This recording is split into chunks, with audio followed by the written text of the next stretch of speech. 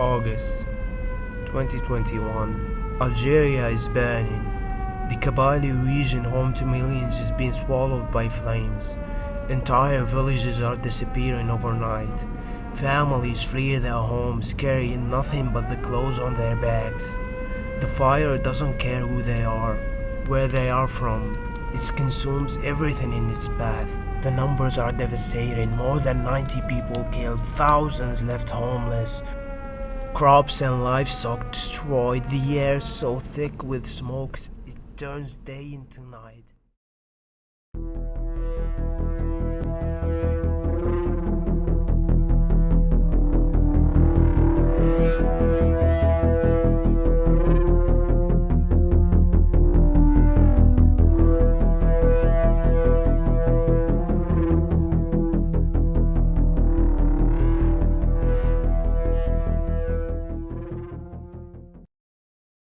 Wildfires are burning across Algeria's northern and eastern coastal regions.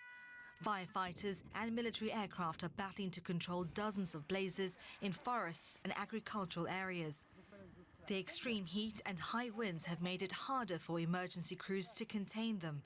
As flames burnt into the night, an orange glow shrouded the mountainous Kabylie region. It was one of the worst disasters in Algeria's history. But in the middle of all this devastation, something even darker growing. Some refused to believe the fires were natural. Rumors spread like the flame themselves. People were convinced that this was no accident. Someone had to be behind it. Someone had to pay. Survivors are taking stock of the tragic consequences and are asking why more wasn't done to stop the flames.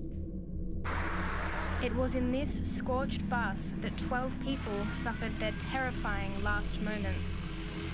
As the flames of Algeria's wildfires drew closer, they were suddenly surrounded. They couldn't get away in time. The road was closed and there was no escape. You can see for yourself, the fire covered the whole region. Young children were among the victims who died inside the bus. They died holding on to each other.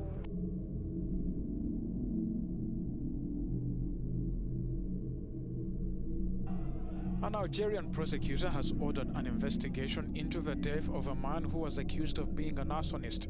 38-year-old Jamel Ben Ismail was killed by a mob which accused him of setting fires that have been burning in the region of Kabylie. In times of crisis, people don't just want answers, they want a villain. And that's how an innocent man ended up being burned alive.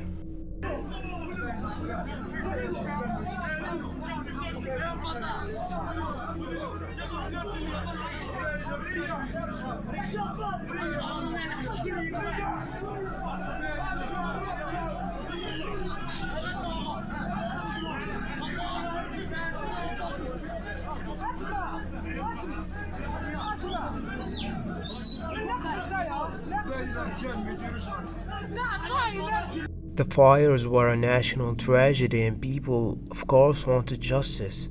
The Algerian government fueled to believe that the arsonists were responsible.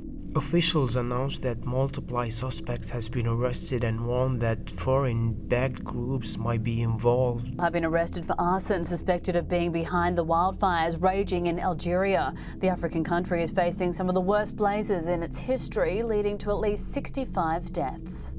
But who were those so-called arsonists? The truth was nobody really knew. There was no solid evidence, no clear suspects. Just fear, and fear makes people do terrible things. But tensions were boiling over. People believed arsonists were still walking among them. They weren't looking for proof anymore. They were looking for someone to blame.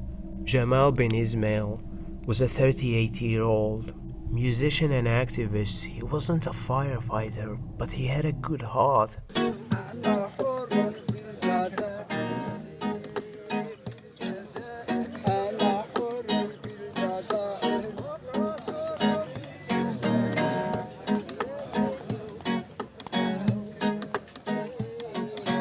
Such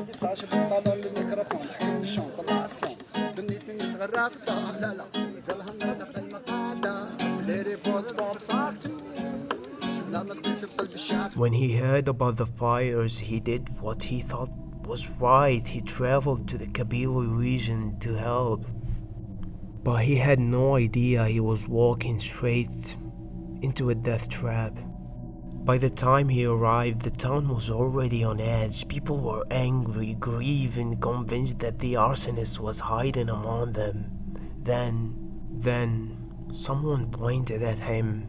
He was a stranger after all. He wasn't from the Kabylie region, and in that moment, that was enough.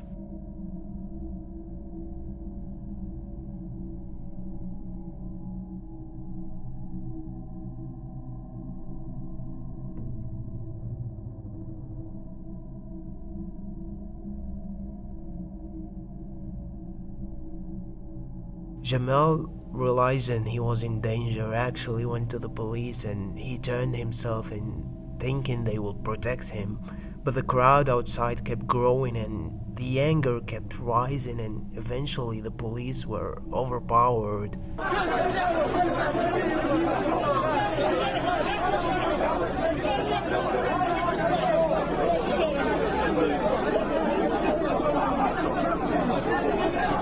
Well, what happened next is almost too horrifying to believe. They beat him, humiliated him, and in front of hundreds of people, in broad daylight, they set him on fire. Son visage s'affiche sur les réseaux sociaux. L'Algérie s'indigne de la disparition de cet artiste et militant du Irak. Jamel Ben Smaïl a été lynché par la foule, accusé à tort d'être un des pyromanes responsables des incendies qui ravagent la Kabylie. Pour des raisons encore inconnues, Jamel Ben Smaïd s'était retrouvé dans un fourgon de police stationné à l'intérieur du commissariat de l'Arbanat Iraten dans la wilaya de Tizi Ouzou. La suite a provoqué un traumatisme national. Roué de coups, puis traîné au sol, son cadavre est brûlé et abandonné sur la place centrale pendant plusieurs heures. Un crime d'autant plus insoutenable. I don't want to go to more details because a man who came to help was burned alive by the very people he wanted to save. The video of Jamal's murder spread across social media like wildfire. The same people who had accused him realized their mistake. Too late, I guess.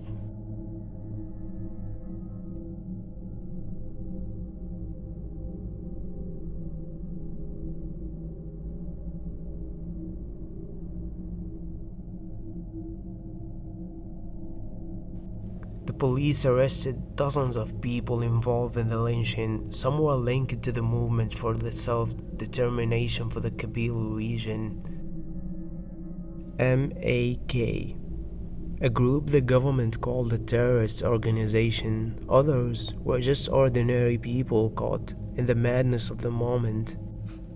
But I guess justice after the fact is pointless. Faut pas semer la discorde. Ma famille est kabyle. Les enfants de mon frère et de ma sœur le sont aussi. Mon fils était votre frère et vous devez savoir qu'il est mort en martyr. Soyez fiers. Vous aviez un héros, Jamel Ben Smaïl. Jamal's father, instead of calling for revenge, spoke with unimaginable grace. He said, quote, "My son left as an artist, not as a criminal." Jamal Ben Smaïl was not an arsonist. He was not a criminal. He was a victim, not just of a violent mob, but the very human instinct to find scapegoat in times of crisis. And that's the terrifying part. This could happen anywhere. It takes one lie, one rumor, one moment of blind rage, and an innocent life is gone.